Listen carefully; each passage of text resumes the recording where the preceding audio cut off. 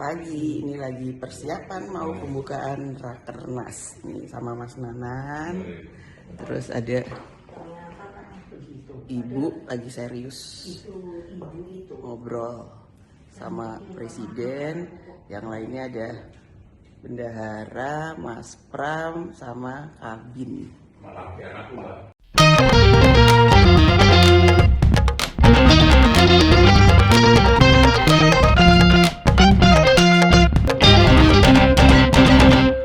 Selamat malam para mantan, selamat malam untuk semua mantan-mantan kalian yang suka jadi biang kerok. Yang untuk beberapa permasalahan di hidup kita, itu mereka yang bikin. Mereka yang pelopori, kreatif sekali dalam rangka menciptakan masalah-masalah baru. Ada aja masalahnya tiap hari gitu ya. Cerita-cerita semacam itu bagi saya jadi mirip sekali dengan cerita sebagian relawan Jokowi, sebagian relawan Ganjar, kelompok oposan dan barisan sakit hati, kadrun-kadrunista, dan sampai bahkan kelompok-kelompok khilafah. Semuanya kompak satu narasi menyalahkan Puan Maharani. Ini ada apa kok kompak semua ini gitu ya? Ya karena saya ngikutin banyak grup WhatsApp gitu ya. Ada kelompok relawan Jokowi, relawan Ganjar, relawan Ahok sejak tahun 2017 ada sampai sekarang gitu. Relawan Muldoko sejak tahun 2019 masih bertahan sampai sekarang ada itu. Kelompok PKS, FPI, HTI, Khilafah ikut semua saya. Ya saya supaya ngerti gitu informasi yang ada di grup-grup mereka ini apa aja gitu ya. Dan kemarin semuanya nih kompak menyalahkan Mbak Puan gitu. Cuma bedanya tuh di soal posisi Pak Jokowi gitu ya. Kalau di kelompok kadrunista yang oposan gitu ya, mereka bilang bahwa ini adalah tanda bahwa di atas presiden itu ada bosnya lagi, Ibu Mega. Jadi Pak Jokowi ini cuma wayang katanya, cuma boneka gitu. Nah kalau kelompok khilafah itu lain lagi. Ini semakin menunjukkan bahwa presiden di Indonesia tidak berwibawa. Jadi solusinya khilafah. ya, gitulah mereka gitu ya. Tiap hari khilafah. Ada tuh grupnya gitu. Nah kalau di kelompok grup relawan Jokowi ini menunjukkan bahwa Mbak Puan nggak beretika, nggak menghormati presiden. Presiden masa disuruh duduk di kursi kayu kayak gitu, kecil lagi. Di mana pas pampres? Di mana pas pampres ini? Ini penghinaan. Kalau di kelompok grup relawan Ganjar, itu ada lagi tafsirannya. Ini sebuah tanda, sebuah unjuk kekuatan. Puan Maharani sedang ingin menunjukkan bahwa dia lebih berkuasa daripada Ganjar. Bahwa dia dan ibunya lebih menentukan soal Capres 2024. Makanya Pak Jokowi dihadapkan di depan Ibu Mega seperti sedang disidang. Pokoknya lucu gitu kalau ngelihat sudut-sudut pandang mereka ini. Ya soalnya Pak Jokowi duduk di depan Ibu Mega gitu ya, di depan meja dan kursi Ibu Mega, itu cuma pakai kursi kayu. Bagi sebagian orang, ini emang terlihat terlalu sederhana gitu. Tapi kursi kayu ini kalau kita perhatikan, itu mahal loh. Itu 1 juta, 2 juta, nggak boleh kayaknya itu kursi jati soalnya. Ya, tapi kalau kita perhatikan lebih detail lagi, memang sebenarnya ruangan ini itu nggak disetting untuk pertemuan yang seperti itu gitu. Karena kursi yang diduduki oleh Bu Mega itu kan kursi direktur yang hitam yang bisa belok-belok gitu, bisa puter-puter gitu ya, yang kursinya empuk gitu. Sementara kursinya Pak Jokowi ini kursi kayu gitu. Tapi kalau kita lihat gitu, kita perhatikan lagi atau kita ingat-ingat lagi pengalaman kita masuk ke ruang-ruangan yang seperti itu, memang biasanya di depan kursi dan meja direktur itu nggak ada kursinya. Orang kalau ngadep direktur, ya berdiri, ngasih file, ngasih data gitu. Berdiri dia, nggak duduk. Makanya kemudian kalau kita perhatikan, kursi yang dipakai oleh Pak Jokowi ini adalah kursi yang sama, persis modelnya seperti yang diduduki oleh Mbak Puan dan Mas Prananda. Mirip gitu. Jadi ruangannya ini emang 3 kursi baris gitu, lalu kemudian Bu Mega sendiri di depan. Nah orang kalau mau datang ke Bu Mega ya berdiri gitu, bukan duduk. Tapi ini presiden, Bung. Kalau suruh berdiri repot nanti, tambah salah. Pak Jokowi dihukum berdiri itu. Nanti kemana-mana narasinya gitu. Jadi dalam logika saya gitu ya, dalam setting ruangan yang seperti itu, yang memang tidak disetting untuk pertemuan duduk hadap-hadapan antar dua tokoh VIP gitu ya. Ini memang serba salah akhirnya gitu. Mau diset seperti apapun salah semua. Kalau misalkan Pak Jokowi duduk di kursinya Bu Mega yang empuk, lalu kemudian Bu Mega duduk di kursinya Pak Jokowi yang kursi kayu, ini nanti muncul lagi komentar, ini nggak menghargai orang tua. Ini presiden nggak tahu diri. Pokoknya serba salah gitu. Mirip cerita keledai dan anak dan bapak gitu ya. Yang jalan gitu suatu hari, lalu kemudian bapaknya naik keledainya. Lalu ketemu orang dibilang, ini bapak nggak tahu diri, nggak kasihan sama anaknya, anaknya suruh jalan. Ketika anaknya yang naik keledainya, lalu ketemu orang lain lagi. Ini anak nggak berbakti, masa bapaknya suruh jalan? Ketika dua-duanya nggak naik keledai, dituntun keledainya, ada orang bilang lagi, ini orang nggak tahu bersyukur. Punya keledai kok nggak dinaikin? Jadi dalam settingan ruangan kantor PDI Perjuangan kemarin itu emang serba salah gitu. Pak Jokowi mau duduk dimanapun salah. Mau duduk sama Mbak Puan baris bertiga sama Mas Pananda salah. Salah semua. Ya karena yang mempermasalahkan itu orang-orang yang di luar ruangan gitu. Ketika Mbak Puan ngevlog mengarahkan kameranya kepada Presiden Jokowi, Pak Jokowi itu sempat dada-dada gitu. Kayak nggak ada masalah, aman-aman aja, santai. Lah wong ini emang pertemuan santai gitu. Tapi yang masalah orang di luar ruangan. Dan selain itu, kelompok-kelompok mereka ini mempermasalahkan isu ini tuh sebenarnya menurut saya itu dalam rangka menutupi meriahnya perayaan ulang tahun Presiden Jokowi di Rakernas PDI Perjuangan. Karena untuk pertama kalinya selama 7 tahun beliau jadi presiden, baru kali ini dirayakan di Rakernas partai.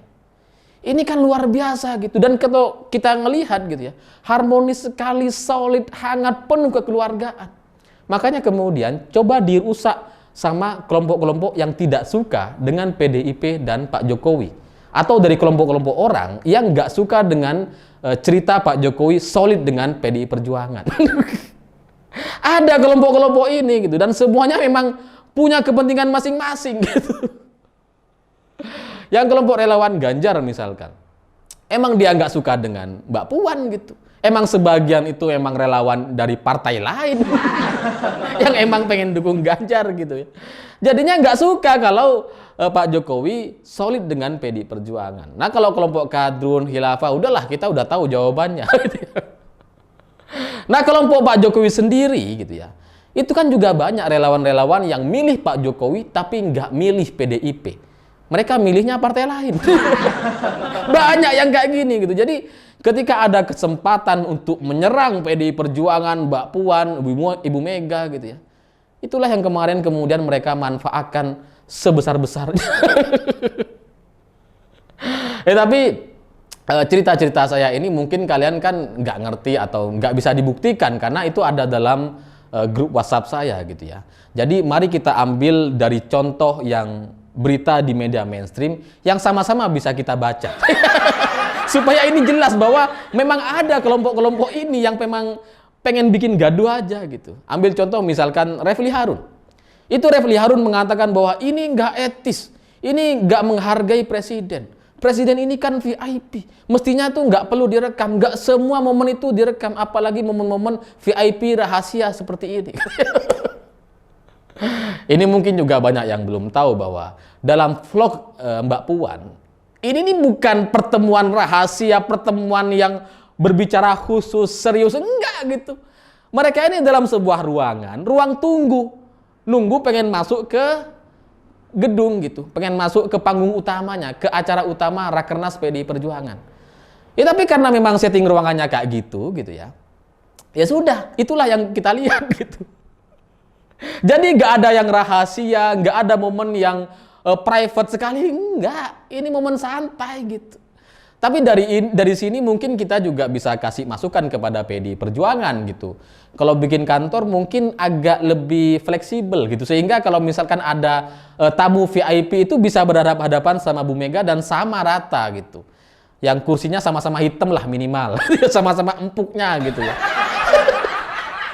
Ya karena lucu juga gitu ya. Partai pemenang pemilu, partai penguasa, kadernya jadi presiden, menterinya banyak yang kadernya banyak yang jadi menteri. Ini kursinya kursi kayu. Ini kok kalah gaya sama PAN sama Nasdem kantornya gitu ya. Ya ini tolong dievaluasi lah bagi PDIP gitu ya. Nanti kita belikan kursi yang lebih representatif katanya. Biar nggak ada masalah-masalah kayak gini lagi. Masyarakat kita soalnya usil banget gitu. Lalu kemudian selain Refli Harun ada juga Ujang Kamarudin, pengamat gitu ya. Dia juga sama.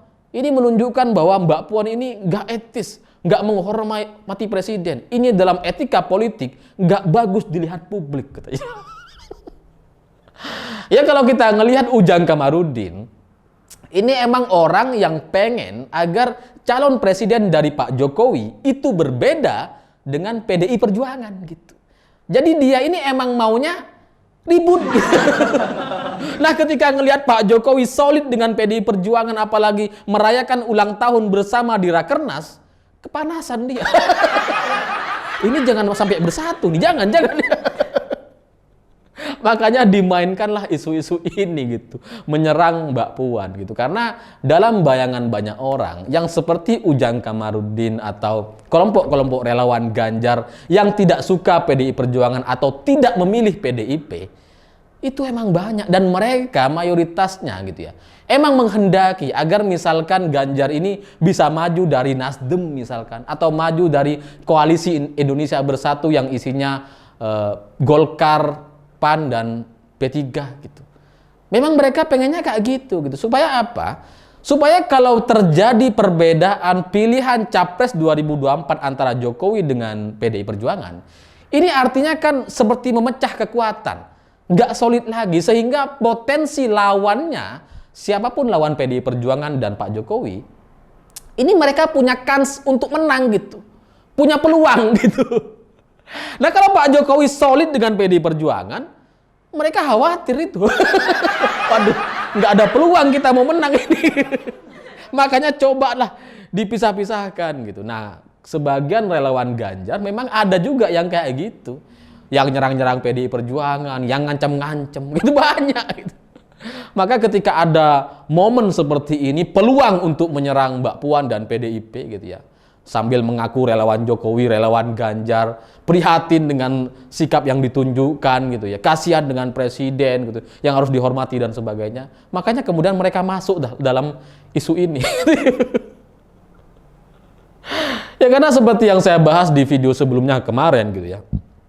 Bagi sebagian orang, mereka nggak peduli dengan siapapun pemenangnya. Yang penting politik itu ya soal suara dan kepentingan pribadi masing-masing orang gitu. Sebagian relawan itu ada yang dapat banyak kalau misalkan Ganjar nggak jadi maju dari PDI Perjuangan. Ada. Sebagian partai gitu ya, itu juga ingin memanfaatkan popularitas Ganjar atau Mbak Puan gitu. Sehingga nanti kalau mereka diusung dari partai mereka bisa dapat limpahan suara. Ini sudah pernah terjadi di Pilkada 2017 dan diakui oleh Ahok sendiri. Ada partai yang cuma ingin memanfaatkan popularitasnya untuk memanfaatkan mendapatkan suara. Ada. 2024 kira-kira ya sama lah. Mirip-mirip. Makanya kemudian kita ini harus hati-hati gitu. Karena kalau Pak Jokowi solid dengan PDI Perjuangan, terus terang saya seneng gitu. Seperti yang saya bilang di video sebelumnya, saya senang sekali gitu karena potensi kita untuk memenangkan Pilpres Pemilu 2024 itu jauh-jauh lebih tinggi dibandingkan dua kelompok ini terpisah gitu. Kalau nggak solid, repot gitu. Tapi kalau solid, misalkan siapapun capres yang diusung oleh PDI Perjuangan, ya harus didukung bersama-sama gitu. Misalkan Ganjar yang maju gitu ya. Ya Mbak Puan harus dukung, Pak Jokowi dukung, Bu Mega dukung. Kan asik gitu, kompak. Kalau misalkan Puan yang maju, Ya Ganjar dukung, Pak Jokowi dukung, Bu Mega dukung, solid satu suara gitu. Atau misalkan Pak Dudung Abdurrahman atau Pak Basuki Hadi Mulyono, Menteri PUPR kita yang kemarin hadir di Rakernas dan ternyata sudah punya kartu PDI Perjuangan. Ternyata beliau ini kader gitu. Menteri PUPR kita kader. Ini kan tanda-tanda ini. Jangan-jangan cawapres dia atau capres sekalian. Nah, kalau misalkan Pak Basuki yang diusung gitu, semuanya dukung, Ganjar dukung, Puan dukung, Pak Jokowi dukung, Bu Mega juga dukung gitu. Jadi potensi menangnya tuh tinggi sekali. Nah, yang lain pusing mereka, waduh gimana ini. Makanya pesan Bu Mega selalu soal soliditas gitu. Kita harus kompak bersama-sama. Kita harus bekerja turun ke masyarakat, turun ke rakyat. Urusan-urusan koalisi itu biarin nanti, itu urusan elit gitu. Yang penting kita turun bekerja. Itulah yang kemudian dilakukan oleh banyak kader dan pengurus-pengurus PDI Perjuangan hari ini gitu. Karena yang penting solid dulu. Nah, lawan-lawannya ini nggak seneng kalau PDI dan Pak Jokowi ini solid. Jadi ya semoga ini menjadi pembelajaran bagi kita semua gitu ya. Semoga kita tidak terpancing atau menari di gendang lawan istilahnya gitu. Karena narasi-narasi ini memang sengaja dihembuskan oleh kelompok oposan dan yang anti PDI Perjuangan gitu. Dalam rangka mengalahkan siapapun calon yang diusung oleh PDIP. Mau Ganjar, Puan, Pak Basuki, Pak Dudung, siapapun. Harapannya kan mereka bisa mengalahkan. Makanya kemudian dibuatlah isu-isu untuk memecah belah seperti ini gitu. Padahal faktanya hari ini gitu ya, itu kan sudah romantis sekali antara Pak Jokowi, Mbak Puan, Mas Prananda, Ibu Mega, Pak Sekjen Hasto Kristianto dalam satu panggung merayakan ulang tahun Presiden Jokowi. Ini kan luar biasa sekali. Jadi daripada kita ribut soal isu Mbak Puan yang ngevlog, mending kita fokus kepada perayaan ulang tahun Presiden Jokowi itu di Rakernas PDI Perjuangan. Ini tanda apa ini? Apa? Jangan-jangan 3 periode? Enggak lah, enggak. Atau jangan-jangan Pak Jokowi jadi ketua umum partai? Ya mending fokus ke sana gitu daripada ngurusin soal Mbak Puan yang dibilang enggak etis dan sebagainya. Apa coba? Enggak ada gunanya gitu. Karena ini cuma bisa memecah belah kita semua. Saya pikir itu. Terima kasih sudah menonton. Jangan lupa subscribe, like, dan komen. Begitulah kura-kura.